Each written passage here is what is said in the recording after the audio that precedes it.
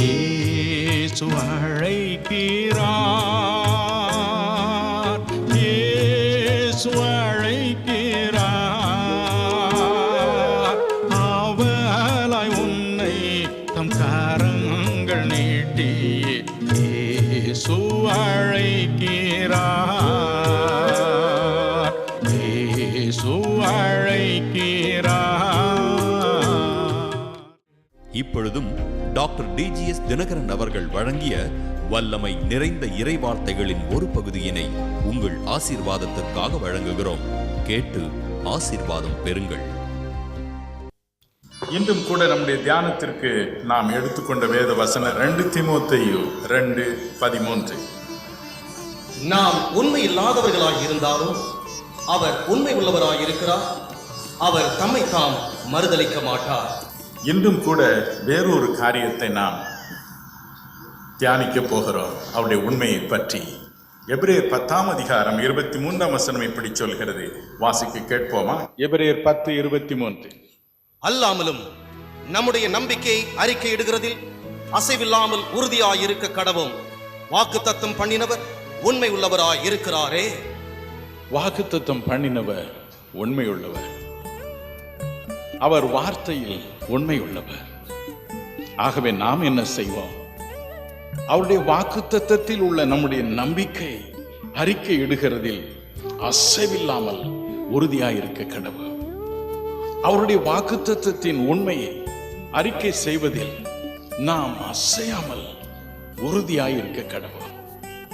வேதம் சொல்கிறது, நீதிமொழிகள் 23:7, ஒரு மனிதனுடைய யோசனை எப்படி இருக்கிறதோ, ஒரு மனிதனுடைய சிந்தனைகள் எப்படி இருக்கிறதோ அப்படியே அவன் இருப்பான் என்று. அதே சமயத்தில் நீதிமொழிகள் 18:21 சொல்கிறது, ஒரு மனிதனுடைய நாவின் அதிகாரத்தில் மரணமும் ஜீவனும் இருக்கிறது என்று. மரணமும் ஜீவனும் நாவின் அதிகாரத்தில் இருக்கிறது. அதன் கனியை விரும்புகிறவர்கள் அதை புசிப்பார்கள்.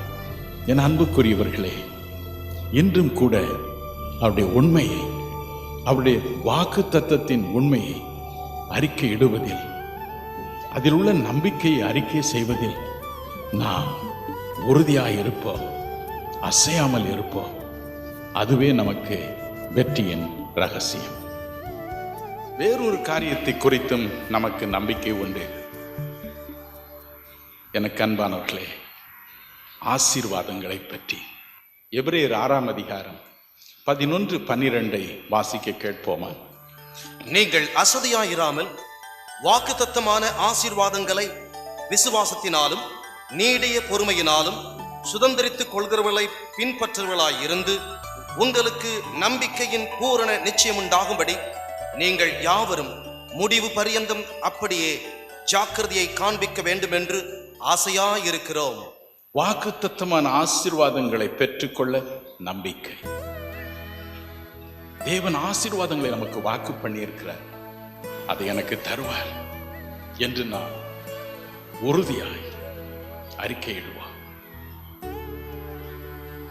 ஆபிரகாமை பாருங்கள், 2 விதமான வாக்குத்தத்தங்களை அவனுக்கு கொடுத்தார். முதல் வாக்குத்தத்தத்தை எபிரேயர் 6:14-15 வாசிக்க கேட்போம். நிச்சயமாகவே நான் உன்னை ஆசீர்வதிக்கவே ஆசீர்வதித்து உன்னை பெருகவே பெருக பண்ணுவேன் என்றார். அந்தபடியே அவன் பொறுமையாய் காத்திருந்து வாக்குத்தத்தம் பண்ணப்பட்டதை பெற்றான். மற்றொரு குறிப்பிட்ட ஆசீர்வாதத்தையும் ஆதியாகமம் 15:5-6 நாம் வாசிக்கலாம். அவர் அவனை வெளியே அழைத்து, நீ வானத்தை அண்ணாந்து பார், நட்சத்திரங்களை எண்ண உன்னாலே கூடுமானால் அவைகளை எண்ணு என்று சொல்லி, பின்பு அவனை நோக்கி, உன் சந்ததி இவ்வண்ணமாய் இருக்கும் என்றார். அவன் கர்த்தரை விசுவாசித்தான், அதை அவர் அவனுக்கு நீதியாக எண்ணினார். குழந்தையற்ற அவனுக்கு ஒரு குறிப்பிட்ட வாக்குத்தத்தத்தை கொடுத்தார். நிச்சயமாய் உனக்கு குழந்தையை தருவேன், உன் சந்ததி இந்த ஆகாயத்து நட்சத்திரம் போல பலுகி பெருகும் என்று. இரண்டும் நிறைவேறிற்று. ஆதியாகமம் 24:1-35 2 வசனங்கள் சொல்கின்றன, அவனைப் போல சீமான் அந்த நாட்களில் இல்லவே இல்லை என்று. இரண்டாவது ஆதியாகமம் 1:2 தேவன் சொன்னபடியே சாராளை கடாட்சி தருளினாள். அவள் ஒரு ஆண் குழந்தையை பெற்றெடுத்தாள். ஈசாக்கு என்று பெயரையிட்டு அகமகிழ்ந்தாள். 2ஐயும் நிறைவேற்றினார். ஆனால் இதற்கு நடுவில் ஆபிரகாம் என்ன செய்தான்? அதுதான் முக்கியமானது. நிறைவேறும் அளவும் அவன் என்ன செய்தான்? ரோமர் 4:20-21 இந்த 2 வசனங்களை வாசிக்க கேட்போமா? ரோமர் 4:20-21. தேவனுடைய வாக்குத்தத்தத்தை குறித்து அவன் அவிசுவாசமாய் சந்தேகப்படாமல் தேவன் வாக்குத்தத்தம் பண்ணினதை நிறைவேற்ற வல்லவராய் இருக்கிறார் என்று முழு நிச்சயமாய் நம்பி தேவனை மகிமைப்படுத்தி விசுவாசத்தில் வல்லவனானான். அவன் தன் நம்பிக்கையை அறிக்கையிடுவதில் உறுதியாயிருந்தான், அசையாமல் இருந்தான். இல்லை அவர் எனக்கு சொல்லி இருக்கிறார், என்னை ஒரு பெரிய சீமானாக மாற்றுவதாக, நிறைவேற்றுவார். எனக்கு ஒரு குழந்தையை தருவதாக சொல்லி இருக்கிறார், நிறைவேற்றுவார். அந்த நம்பிக்கையை அவன் அறிக்கையிட்டான், அதில் உறுதியாயிருந்தான், அசையாமல் இருந்தான். என் அன்புக்குரியவர்களே, இதுதான் நம்முடைய துயரங்களை நீக்கிக் கொள்ள, வறுமை, பண கஷ்டம், பாடுகள், குழந்தையற்ற சூழ்நிலை இவற்றை மாற்றிக்கொள்ள ஒரே வழி. 11/2/1955 இந்த நாளில் தான் நான் வறுமை தாங்காமல், படிப்பின் தோல்வி என்னும் அவமானத்தை தாங்க முடியாமல், என் தாயின் தீராத நோயை தாங்க முடியாமல், என் தகப்பனார் வறுமையினால் படும் கஷ்டத்தை பார்க்க சகிக்காமல் தற்கொலை செய்து கொள்ள முடிவு செய்தேன். தண்டவாளத்தை நோக்கி நடந்தேன். ரயிலில் விழுந்து இறந்து விடலாம் என்று. அப்படிப்பட்ட சூழ்நிலையில் தான் போலீஸில் வேலை பார்க்கும் ஒரு சித்தப்பா என்னை சந்தித்தார். எனக்கு அருள்நாதர் இயேசுவின் சிலுவை பாடுகளை பற்றி சொன்னார். நான் கேட்டேன், சித்தப்பா, எனக்கு வேலை கிடைக்குமா? எனக்கு வேலை கிடைக்குமா? நான் இவ்வளவு ஃபெயில் ஆகிவிட்டேனே, திரும்ப எனக்கு படிப்பு வருமா? பாஸ் ஆகி விடுவேனா? எங்க அம்மா நல்லா இருப்பாங்களா சித்தப்பா? அவர் சொன்னார், நிச்சயமாய் செய்வார், உனக்கு செய்வார் அப்பா. ஏனென்று கேட்டேன். அவர் சொன்னார், சிலுவையில் தொங்கும் அவரை பார், தலையில் முள் கிரீடம், உடலெல்லாம் காயம், ஆனால் உடலில் ஒரு அங்கி கூட இல்லை பார்.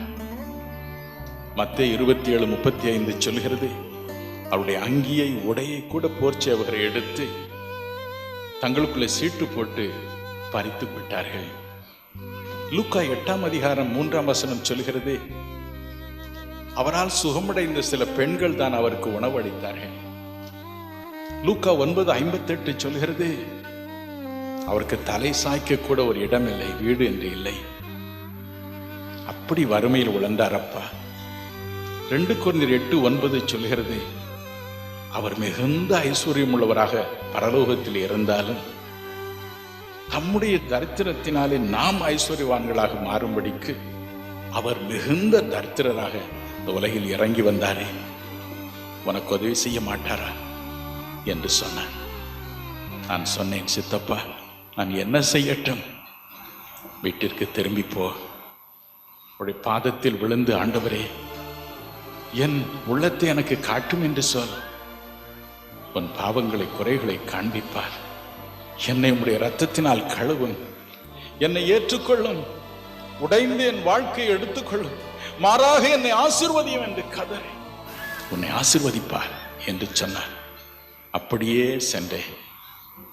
என் வாழ்க்கை மாறியது. படிப்பு திரும்ப வந்தது. முதல் எனக்கு கிடைத்த வேலை ஒரு ஆசிரியர் வேலை. 89 ரூபாய் என் சம்பளம். என் தகப்பனார் சொன்னார், தம்பி, இதில் 10ல் 1 பாகத்தை ஆண்டவருக்கு கொடுத்து விடு. அப்படியே செய்தேன். அதன் பிறகு நான் ஒரு தந்திரமான யோசனை பண்ணினேன். ஆண்டவரே, எனக்கு 89 ரூபாய் சம்பளம், உமக்கு 9 ரூபா கொடுக்குறேன். எனக்கு சம்பளத்தை அதிகமாக்குனா உமக்கும் ஜாஸ்தி பணம் வரும். அதனால எனக்கு நல்ல வேலையை தார், நல்ல சம்பளத்தை தாரும், உமக்கும் தசமபாகம் கூட கிடைக்கும்னு சொல்லி நான் ஜெபம் பண்ணினேன். ஆண்டவர் அப்படியே செய்தார், என்னை உயர்த்தினார். என் அன்புக்குரியவர்களே, கவலைப்படாதிருங்கள். அவர் நமக்கு வாக்கு கொடுத்திருக்கிறார். அவர் நமக்கு வாக்கு கொடுத்திருக்கிறார். நான் உன்னை ஐஸ்வர்யவானாக மாற்றவே தரித்திரனாக இந்த உலகில் நான் மாறினேன். முதலாவது தேவனுடைய ராஜ்யத்தினுடைய நீதியும் தேடுங்கள், அப்பொழுது இவள் எல்லாம் உங்களுக்கு கூட கொடுக்கப்படும் என்று வாக்கு கொடுத்திருக்கிறாரே. நீதிமொழிகள் 28:20 உண்மையுள்ள மனுஷன் பரிபூர்ண ஆசீர்வாதங்களை பெறுவான் என்று வாக்கு கொடுத்திருக்கிறாரே. அதை இறுக பிடித்துக் கொள்வோம், அதையே சொல்வோம், அதையே ஒவ்வொரு நாளும் நாம் அறிக்கை செய்வோம். இல்லை இல்லை, என் ஆண்டவர் தரித்திரத்தை அனுப்பி இருக்கிறார். இந்த உலகத்திலே தாம் அனுபவிப்பதற்காக நான் அனுபவிக்க இல்லை, அவர் அதை அனுபவித்திருக்கிறார். ஆகவே எனக்கு உதவி செய்வார், எனக்கு உதவி செய்வார், என்னை சகல ஆசீர்வாதங்களினால் நிரப்புவார். வாக்குத்தத்தம் கொடுக்கிற எல்லா ஆசீர்வாதங்களும் என்னுடையது. வாக்குத்தத்தம் பண்ணினவர் உண்மையுள்ளவர். அதையே சொல்லிக் கொண்டிருப்போம். குறிப்பாக வேலை இல்லாமல் தவிக்கும் என் அன்பு பிள்ளைகளே, அதையே சொல்லிக் கொண்டிருங்கள். கடன் தொல்லையில் இருக்கும் என் அன்பு பிள்ளைகளே, அப்படியே சொல்லிக் கொண்டிருங்கள். நிச்சயமாகவே முடிவு உண்டு. நம் நம்பிக்கை வீண் போகாது. கவலைப்படாதிருங்கள். யாவரும் கைதட்டி மகிழ்ச்சியோடு இன்று இந்த அற்புதத்தை எதிர்பார்த்து பழைய பாடல் ஒன்றினை பாடுவோமா? இந்த பாடல் சொல்லுகிறது, எல்லா சூழ்நிலையிலும் எல்லா விதமான பாடுகள் மத்தியிலும் தேவைகள் மத்தியிலும் இயேசு கிறிஸ்து அவைகளை எனக்கு தருவார் என்று. அது என்ன சொல்கிறது பாருங்கள். ஒன்றுமில்லாத வெறுமை நிலையில் உதவுவாரற்று போகையில், ஒன்றுமில்லாத வெறுமை நிலையில் உதவுவாரற்று போகையில், கண்மலை பிளந்து தண்ணீரை சுரந்து, கண்மலை பிளந்து தண்ணீரை சுரந்து, தாகம் தீர்த்த தயவை, தாகம் தீர்த்த தயவை பாடுவே, பரவசமாகுவே, பரந்தோடும் ஏனலே பாடுவே, பரவசமாகுவே, பரந்தோடும் ஏனலே. அருமையானவர்களே, நிச்சயமாய் உங்கள் காத்திருக்குதலுக்கு ஒரு முடிவு உண்டு. உங்களுக்கு உதவி செய்வார். ஆண்டவரை நோக்கி பிரார்த்தனை செய்வோமா? அன்புள்ள ஆண்டவனே, எங்கள் பரம தகப்பனே, அது பிள்ளைகள் காத்திருந்தது போதும் சுவாமி, போதும். ஏற்ற துணை திருமணமாகாத மக்களுக்கு தாரும் சுவாமி. இன்று வீடு தேடி இந்த பாக்கியங்களை நீர் கொண்டு வந்து கொடுக்க வேண்டும் என்று இயேசுவின் நாமத்தினாலே கெஞ்சுகிறேன் அப்பா. இந்த ஆசீர்வாதத்தை, ஏற்ற துணையை உமது மகள் மீது, உமது மகன் மீது நான் வைக்கிறேன். இப்பொழுது அந்த பாக்கியம் அவர்கள் மீது இறங்கட்டும். திருமணம் ஆகட்டும். அருமையான மக்களை கொண்டு வரும், அருமையான துணையை கொண்டு வரும். ஆசீர்வதி. திருமணம் நடைபெறட்டும், உடனே நடைபெறட்டும். வீடு கட்டப்படட்டும், குடும்பம் கட்டப்படட்டும். இயேசுவின் நாமத்தில் பிரிந்திருக்கும் மக்களையும் நல்ல ஆவியை கொடுத்து அவர்களுக்கு புது இருதயத்தை சிருஷ்டித்து சுவாமி திரும்ப கொண்டு வந்து குடும்பத்திலே சேர்த்தர்ல சுவாமி. குடும்ப வாழ்க்கையை அமைத்து தார சுவாமி. அவள் குடி பழக்கத்தை, பாவ பழக்கத்தை, இச்சையின் பழக்கத்தை, கோப பழக்கத்தை எடுத்து போட சுவாமி, எடுத்து போடு. திரும்ப டிரான்ஸ்ஃபரை கொடுத்து அவர்களை கொண்டு வர ஒரே இடத்திலே கணவனும் மனைவியுமாக குடும்பமாக வாழும்படி செய்யும் அப்பா, செய்யும் அப்பா. இந்த நாளில் செய்யும் அப்பா, செய்யும். அதே போல ஏசப்பா, வியாபாரத்தில், வேலையில் சரியான மக்கள் எனக்கு இல்லையே, வீடு கட்ட சரியான மக்கள் இல்லையே, எனக்கு உதவி செய்ய சரியான மக்கள் இல்லையே என்று கண்ணீரோடு கலங்கும் அந்த பிள்ளைகளை கண்ணோக்கி பாரு ராஜா. ஒவ்வொருவருக்கும் சரியான மக்களை தாரும், சரியான மக்களை தாரும். அன்பு சகோதரன் முத்து, ஆண்டவர் உங்களுக்கு உதவி செய்கிறார். சரியான துணையை கொடுக்கிறார். உங்கள் வாழ்க்கையை கட்டி எழுப்புகிறார். பாக்கியத்தை பூர்ணப்படுத்துகிறார். கர்த்தருடைய ஜீவன் உங்கள் மீது இறங்குகிறது. வியாபாரத்திலும் ஏற்ற துணையை தேடுகிறவர்களுக்கு, பார்ட்னரை தேடுகிறவர்களுக்கு சரியான பார்ட்னரை நீர் கொடுக்க வேண்டும் என்று நாங்கள் கெஞ்சுகிறோம். அப்பா, இந்த நாளில் ஒரு அற்புதத்தை செய்யும். அவர்களை வாழவையும் செழிக்கச் செய்யும். இன்வெஸ்டர்ஸை கொண்டு வரும் அப்பா, கொண்டு வரும். ஆசீர்வாதம் பெருகட்டும். இயேசுவின் நாமத்தில் உமது ஆசீர்வாதம் பூர்ணமாய் இறங்குவதாக. அவர்கள் வாழ்க்கை கட்டப்படுவதாக. சாட்சிகளாக உமது பிள்ளைகள் இருப்பார்களாக. இந்த பாக்கியத்தை கொடுத்து, இந்த நாளிலும் உமது ஆசீர்வாதத்தை கொடுத்து அவர்களை கனம் பண்ணுவதற்காக உமக்கு நன்றி செலுத்துகிறோம். இயேசுவின் நாமத்தில் சுகத்தை விரும்புகிறவர்களுக்கு சுகத்தை தாரோ சுவாமி. அவர்களை ஆரோக்கியத்தினால் நிரப்பும். மங்கபதி, கடவுள் உங்களை தொடுகிறார். இயேசுவின் கரம் உங்களை சுகமாக்குகிறது. மூச்சு விட்டு பலனோடு இருக்கும்படியாக, ஆரோக்கியத்தை அனுபவிக்கும்படியாக சுவாசத்தையும் கர்த்தர் கொடுக்கிறார். பலவீனத்தையும் நீக்குகிறார். ஸ்தோத்திரம் இயேசுவா. ஆமென்.